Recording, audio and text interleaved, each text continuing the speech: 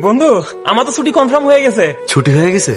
অরে, কবে যাইতেছস? পরশু দিনে চলে যাবো। যা রে যা, ঘুরে আয়। ঠিক আছে, থাক তাইলে। আমি বোধহয় সে অবাগা ছিলাম যে চাইলেও বাড়ি যেতে পারে না।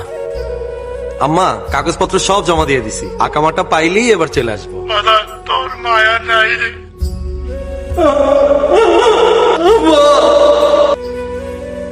হ্যাঁ আপা বল। কি রে, তোর সে কখন থেকে ফোন দিতাছি, ফোন ধরস না কেন? আপু আজকে হোটেলে অনেক গেস্ট রে। উপহারটা তো পাঠাস নাই। আমি তো আব্বারে সব টাকা পাঠাইছি। তোর কিছু লাগলে বল, আমি টাকা পাঠাইতেছি। আমার উপহার তো তুই, তোরে লাগবো। কি যে কস? আজকাল পর থেকে আর তোরে জ্বালাবো না। কি কস আপু, এবার আমি দেশে আইলই তোরে আর লবেরে এক লগে জ্বালামু। কি রে, তুই কি কাঁদতেছস? আরে না আপা, এখানকার পেঁয়াজে অনেক ঝাঁজ তো, সব শেপের চোখ দিয়ে পানি চলে আসে। এই বড়াইছে চল। আপা তোরে আজকে অনেক সুন্দর লাগতেছে রে। শুনাইছি না ভাই, কেন কল আসে?